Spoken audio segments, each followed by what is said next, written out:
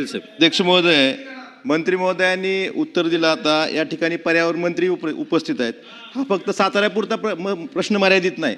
पूर्ण महाराष्ट्रात जरबेरा लाखो रुपये कर्ज काढून जरबेराचं उत्पादन शेतकरी घेतात, पॉलिहाऊसमध्ये घेतात, शेडनेटमध्ये घेतात.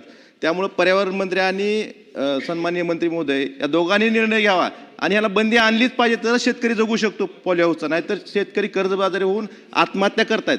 त्यामुळे कृत्रिम फुलावर बंदी आणावी. दोन्ही मंत्री महोदय या ठिकाणी उपस्थित आहेत. धोरणात्मक निर्णय जरी असला तरी आपण हे सभागृह धोरण ठरवण्यासाठीच आहे ना. निर्णय घ्यायला अडचण काय? सगळ्यांची जर मागणी असेल तर कृत्रिम फुलावर बंदी आणण्याचा निर्णय घ्यायची अडचण काय हे सभागृहाला सांगावं. मंत्री महोदय, आपलं म्हणणं बरोबर आहे, त्याबद्दल काही दुमत असण्याचं कारण नाही. आमच्या भगिनी पण इथं बसलेल्या आहेत आणि याचा आम्ही निर्णय करतो. आपण मीटिंग तर होणं गरजेचं आहे. तुम्हाला त्या मीटिंगला बोलवतो आम्ही, आणि जेणेकरून की हा जिव्हाळ्याचा प्रश्न तुमच्या आमच्या संपूर्ण महाराष्ट्राच्या जनतेचा, शेतकऱ्यांचा आहे.